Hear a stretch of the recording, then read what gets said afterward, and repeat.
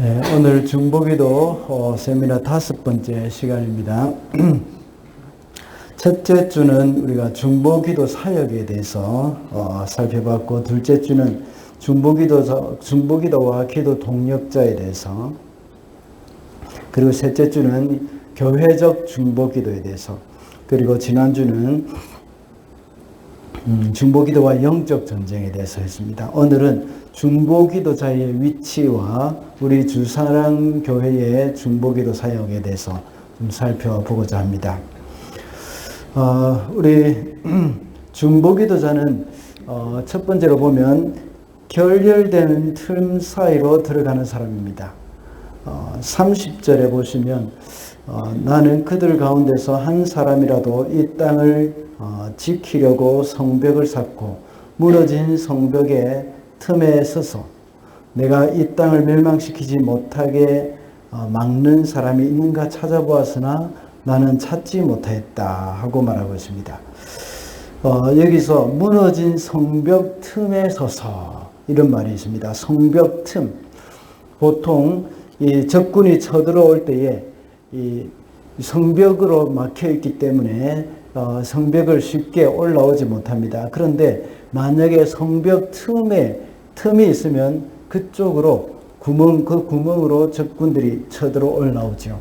그럴 때에 그 성벽 틈에서 그것을 가로막는 사람이 있습니다. 가로막을 수 있도록 하는 그런 역할이 필요합니다. 그것처럼 하나님께서 이 성벽과 같은 우리 인간들의 삶 가운데서, 그런 가운데서 이렇게 와서 멸망시키기를 원하시는데, 그 가운데 이 성벽 틈, 이 부분을 통해서 이렇게 들어와서 멸망시키는 그런 일들을 하게 되죠. 그러니까 다시 말하자면 예루살렘이 범죄했다면 이웃 나라들을 통해서 쳐들어오게 하셔서 그 성벽 틈 빈 곳을 이제 뚫고 들어오게 하는 것인데, 그것을 막아서는 사람, 그 하나님 앞에서 나의 성벽의 틈을 막는 그런 사람이 누구인가, 그것을 찾고 있는 겁니다.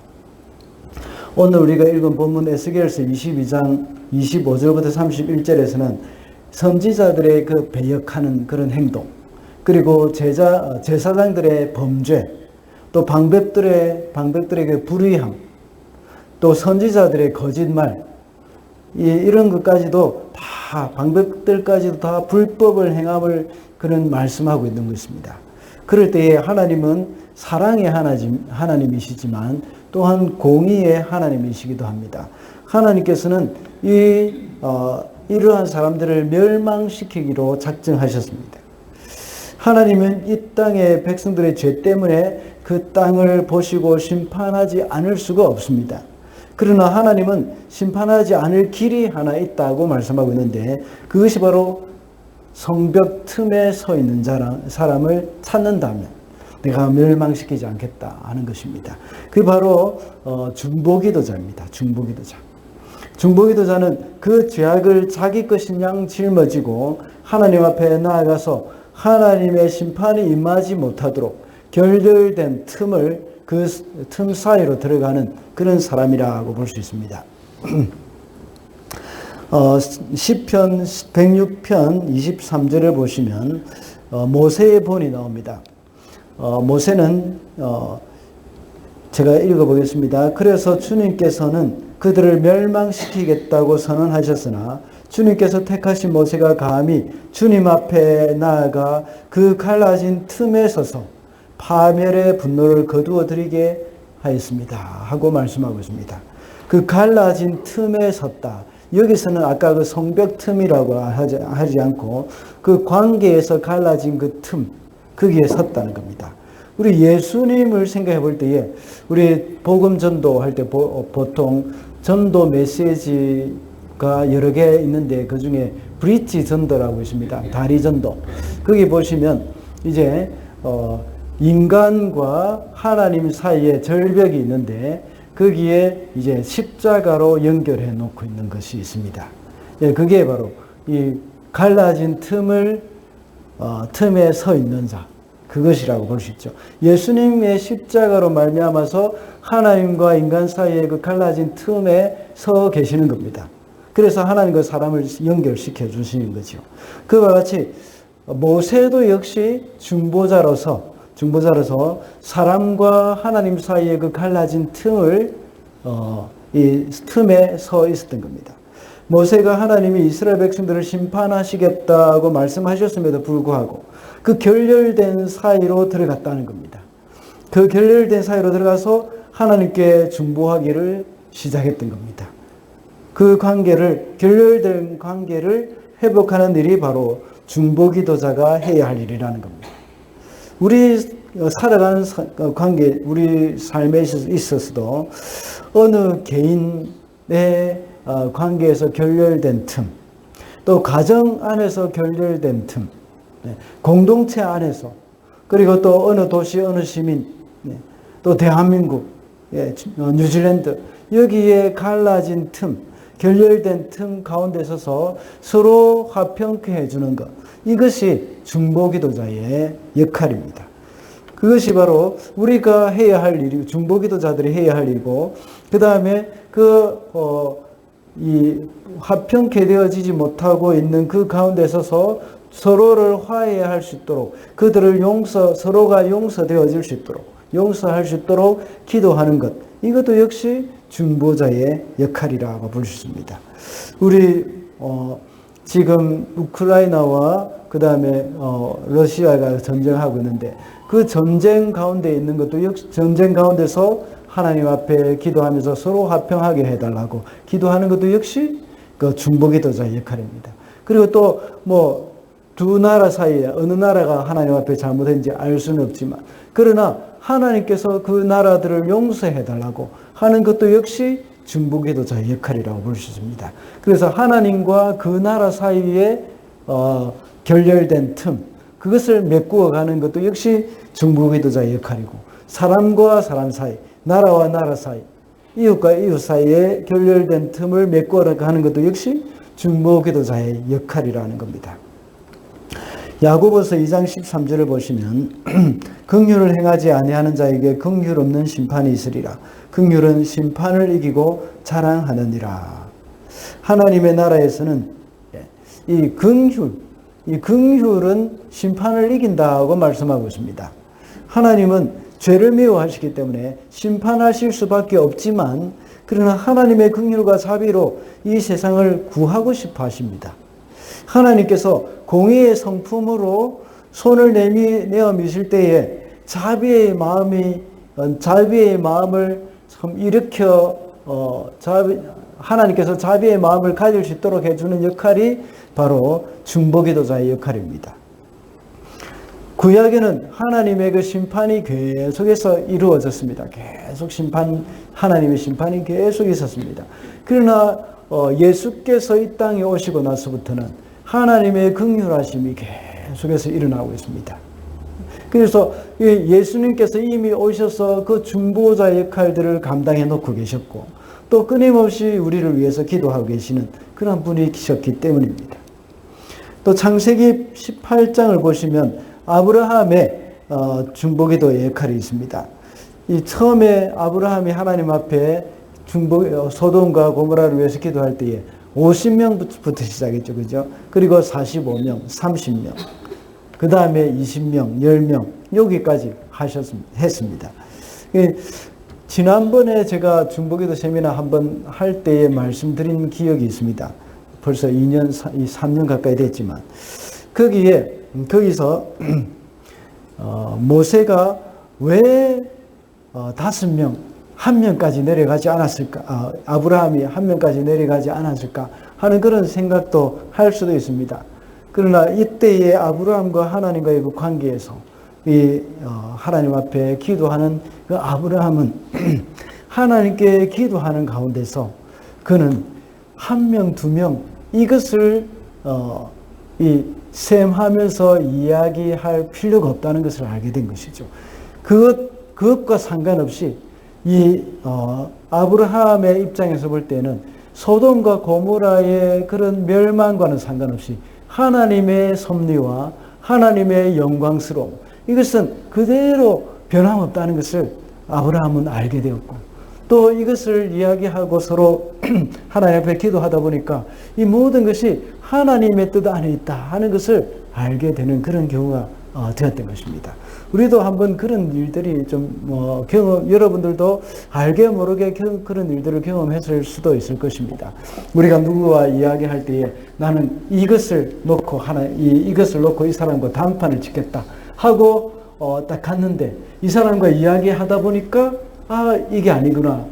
이 사람의 정말 원하는 것은 이것이 아니었구나 하는 그런 생각이 들 때에 그런 생각이 내가 이 사람과 단판을 짓겠다 하는 그 생각이 싹 없어져 버리는 그런 경우가 많이 있습니다. 그런 것과 같이 아브라함의 중보기도도 바로 이러한 부분이었습니다. 그러나 그런 아브라함의 기도로 말미암아서 롯의 이 가족들이 구원을 얻게 된 것이죠. 그 다음에 예레미야서 5장 1절을 보면 너희는 예루살렘 거리로 빨리 다니며 그 넓은 거리에서 찾아보고 알라. 너희가 만일 정의를 행하며 진리를 구하는 자를 한 사람이라도 찾으면 내가 이 성읍을 용서하리라. 하나님은 한 명을 찾으신다고 했습니다. 하나님은 이 성의 죄를 사하는 데에 관심이 있으십니다. 심판에 관심을 두신 것이 아닙니다. 하나님의 관심은 이 성의 죄를 용서해 주고 싶은데, 이 성의 죄를 위해서 하나님 앞에 기도하는 그 한 사람을 찾지 못했다는 겁니다. 하나님께서는 심판을 행하는 데 관심이 있는 것이 아니라 용서해 주는 데 관심이 있는 겁니다. 그래서 하나님께서는 요나를 시키셔서 니느웨로 가게 하신 것이 아닙니까? 심판하기를 좋아하시는 분이었다면 그 요나 이렇게 도망가는 요나를 또 억지로 꺼집고 와가지고 또 이 물고기 뱃속에서 이제 뱉어내게 하고 이렇게 할 필요가 없으시죠. 내가 40일 동안 기회를 줬다. 이제 한 사람도 없다 하는 그런 이 생각을 하시고 멸망시키실 수도 있습니다. 그러나 하나님의 관심은 그것이 아니라 용서에 관심이 있다는 겁니다. 이렇게 해서 우리 첫 번째에서 우리가 결렬된 틈, 무너진 성벽 사이에 있는 사람으로서의 중보기도자, 이런 사람은 어떤 공통적으로 갖춰야 할 세 가지 요소였습니다. 리스 하윌즈라는 그런 이 영국의 20세기 이렇게 20세기 초에 있었던 분인데 세계적인 중보기도자라고 할 수 있습니다. 리스 하웰스라는 그런 분인데 이분이 이제 그의 책에서 말하고 있습니다. 중보기도자가 갖춰야 할 첫 번째 요소는 동화입니다. 동화. 그 자신이 중보하는 사람과 같아지는 것, 내가 이 사람과 같아져야 되겠다 하는 그런 마음, 이 사람의 입장에서 서는 그런 마음, 그것이 필요한 것이죠. 그래서 모세도 역시 하나님께서 이스라엘 백성들을 다 죽여 멸망시켜버리고 모세로부터 다시 민족을 일으키겠다고 하셨지만 모세는 이스라엘 백성들의 입장에서 그들과 같은 마음에서 같은 입장에서 하나님께 기도한 겁니다. 그 다음에 두 번째 요소는 고통입니다. 그리스도와 함께 십자가에 못 박히는 그런 성결과 순종의 삶, 이런 것이 그 사람과 같은 그 사람의 이 멸망이라든지 하나님 아버지의 이 마음, 이런 것들을 생각하니까 가슴이 미어지는 겁니다. 가슴이 미어지고 그 고통스러운 그 마음으로 하나님 용서해 주십시오 하고 이렇게 기도하는 그런 사람, 이런 사람이 바로 결렬된 틈에 설 수 있는 그런 중보기도자라는 겁니다. 마지막으로는 권위입니다.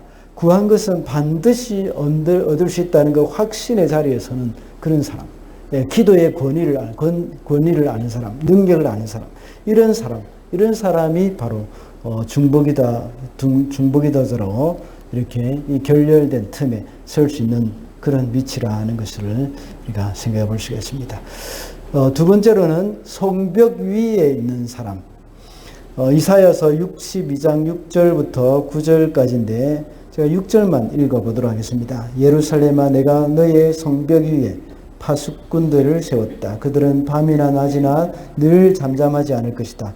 주님께서 하신 약속을 늘 주님께 상기시켜 드려야 할 너희는 가만히 있어서는 안 된다. 늘 상기시켜 드려야 한다. 여기서 중보기도자가 있어야 할 두 번째 자리는 성벽 위입니다. 성벽 위. 성벽 위의 특징은 뭡니까? 성벽 위. 파수꾼이 서는 위치, 그죠? 망대. 이 가장 높은 곳이지 않습니까? 그죠? 그렇기 때문에 멀리까지 볼 수 있습니다. 그리고 미리 볼 수가 있습니다. 중보기도자가 이 파수꾼과 같이 성벽 위에 있는 것은 바로 중보기도를 하면 하나님께서 우리를 높은 성벽 위에 두시기 때문에 남들이 보지 못하는 것을 볼 수 있다는 겁니다. 다른 사람들보다 훨씬 시야가 넓어져서 멀리 볼 수 있게 되는 겁니다. 그리고 다른 사람보다 훨씬 더 먼저 볼 수 있는 것이죠. 이것이 중보기도자가 누리는 특권이고 영광입니다. 성벽 위, 그것이 바로 비전의 장소입니다.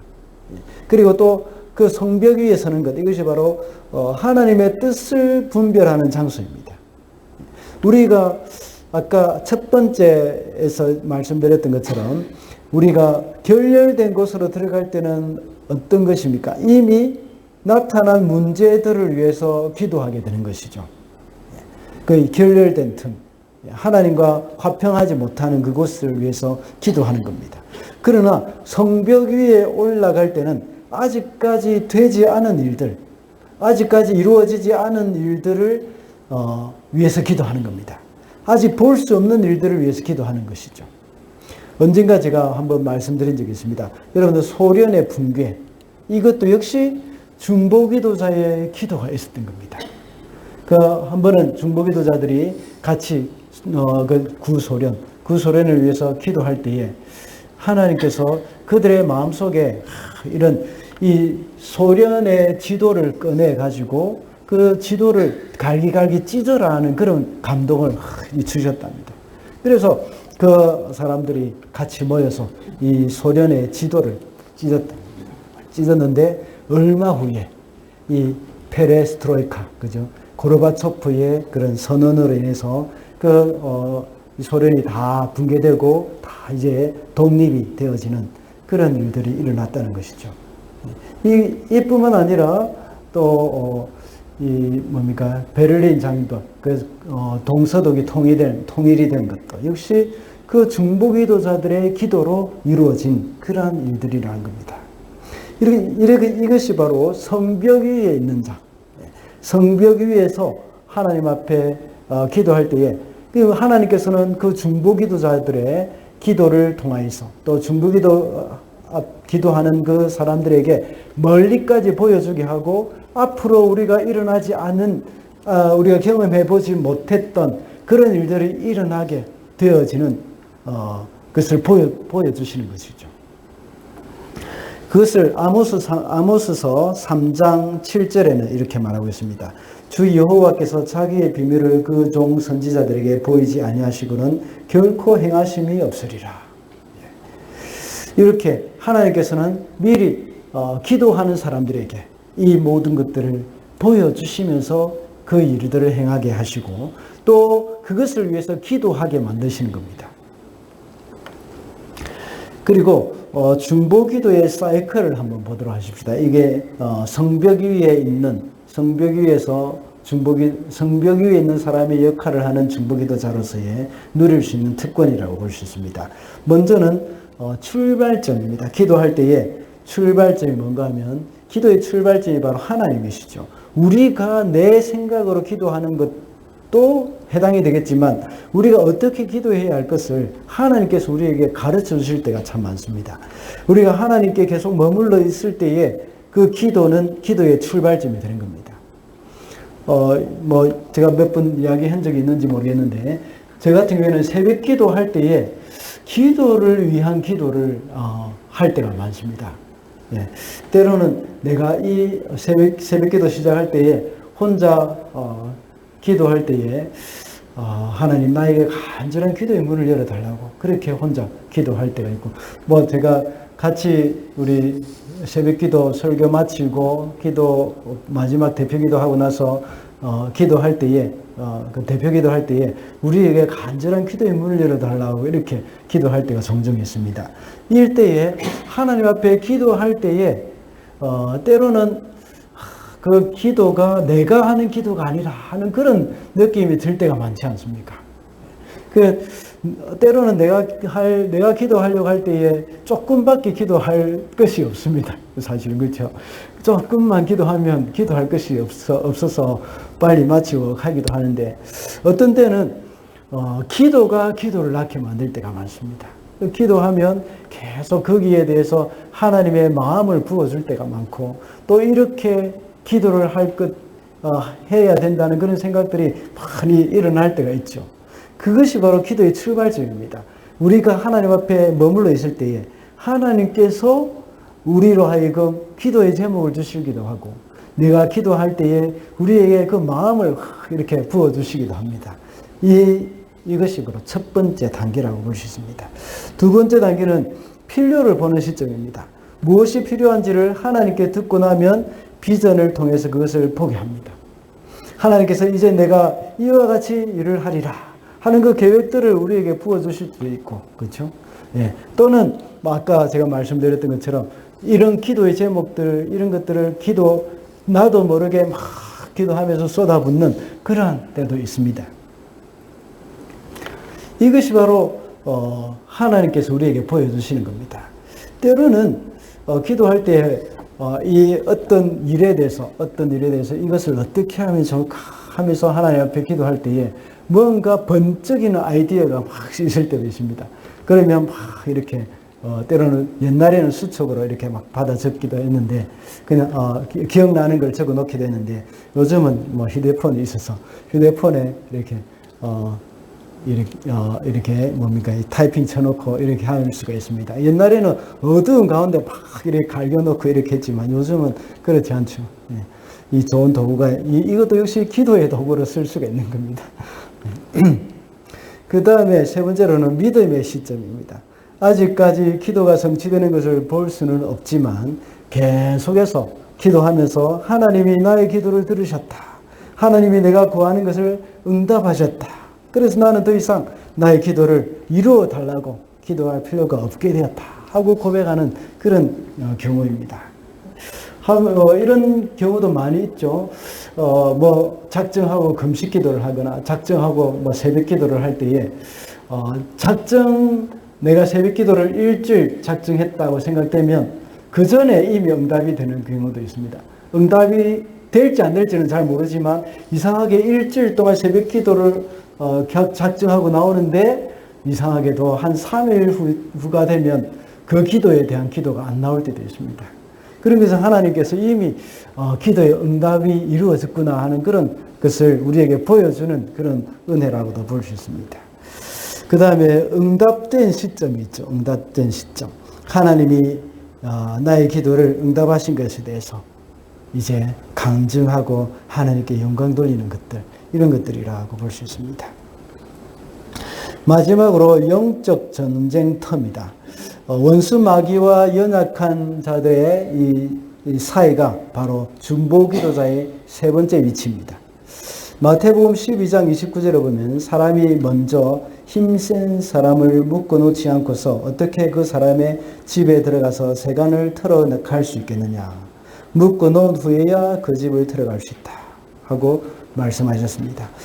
연약한 이들과 이들의 죄악으로 말미암아서 이 사람을 사로잡고 있는 그 악한 원수 마귀, 그 사이로 이제 들어가는 겁니다. 그래서 이 사람을 사로잡고 있는 악한 마귀 사단을 대적해서 싸워가는 것이죠.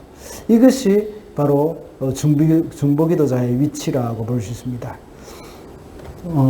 저는 초등학교 다닐 때에 저를 아주 좋아하는 큰 이광현 형이 한 명 있었습니다. 제가 1학년 들어갔을 때에. 그 형이 저를 아주 좋아했습니다. 그리고 또 우리 친척이기도 했고요. 먼 친척들이기도 했는데 이 누군가가 저를 이제 괴롭히면 그 형이 딱 와가지고 딱 저 옆에 딱 섭니다. 그러면 뭐 아무 말도 못하고 이제 가버리는 그런 경우도 있었습니다. 그런 것과 같이 악한 마귀 사단이 우리 형제 자매들 중에서 이 범죄해가지고 사단의 이 놀림감이 되는, 놀이개감이 되는 그런 사람. 때로는 그 연약한 지체가 또 사단의 그런, 이 놀림에 의해서 어려움을 당하고 있는 그런 경우에 그 사람을 위해서 기도하는 것입니다. 그 영적 전쟁의 터 안에, 그 전쟁 안에 있는 그런 사람이라고 볼 수 있습니다. 우리 지난주에 영적 전쟁에 대해서 많이 이야기를 했기 때문에 그것으로 이제 대신 하면 될 것 같습니다. 그렇게 하면서 이제 기도를 하는 겁니다. 너는 더 이상 이 사람에 대해서 권리가 없다. 이 사람은 예수 그리스도의 이름으로 이미 죄에서 해방된 사람이다. 너는 이 사람에게서 떠나가라 하면서 이렇게 기도하는 이 선포 기도를 하는 그런 역할을 하는 사람이 바로 영적 전쟁터 안에 있는 사람이라고 볼 수 있습니다.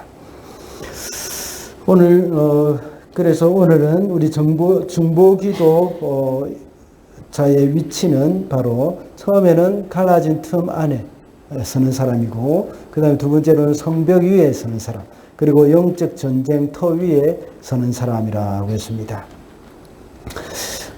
이제 중보기도, 우리 주사랑교회 중보기도 사역에 대해서만 잠깐 조금 말씀을 드리도록 하겠습니다. 목적과 목표, 우리 목적을 한번 읽어볼까요? 제가 나눠드린 거에 있죠. 예.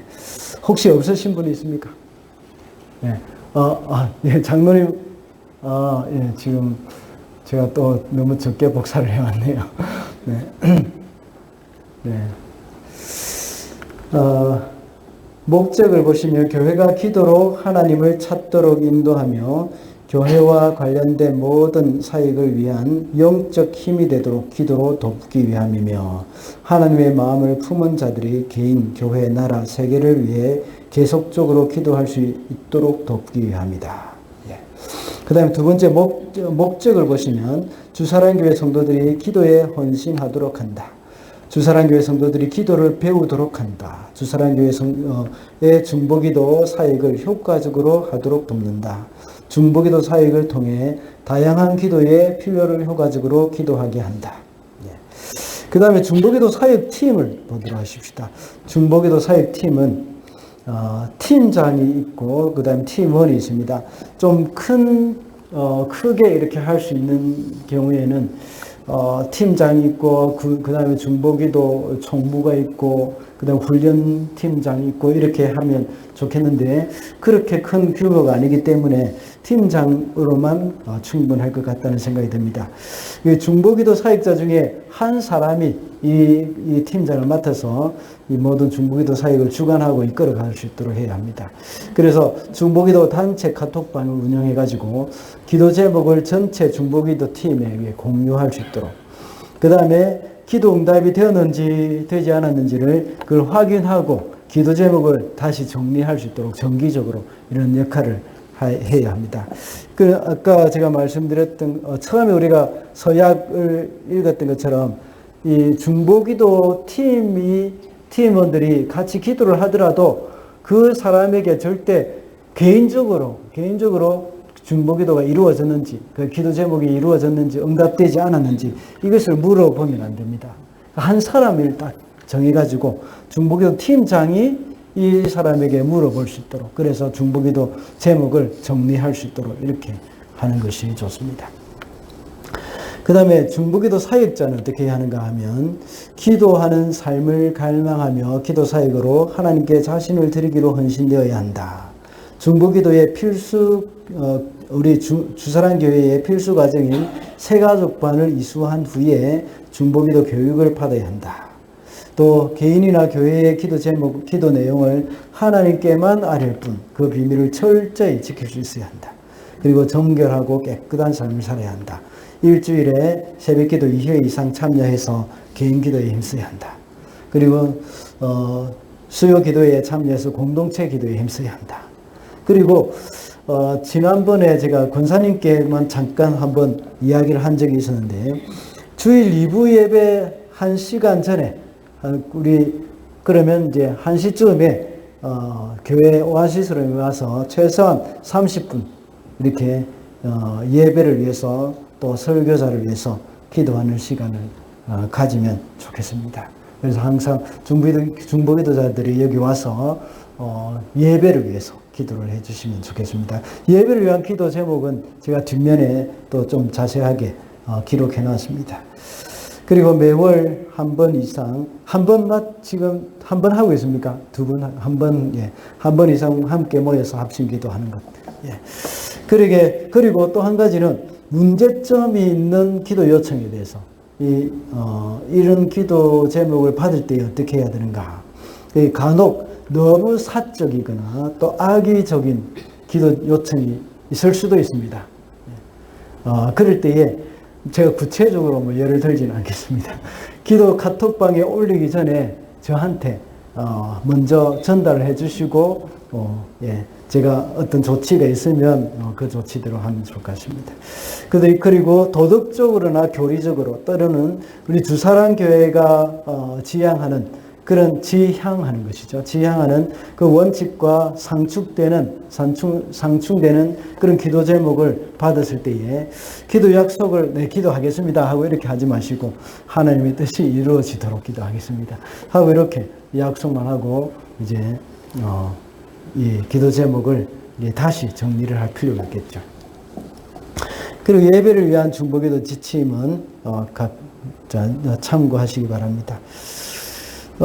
이것을 예배를 위한 중보기도 지침은 제가 권사님께 이걸 카톡으로 보내드리면 이제 그 카톡에 각자 기도 제목을 쭉 이렇게 올리고 여기서 기도할 때마다 이것을 보면서 기도하시면 더 도움이 될 것 같습니다.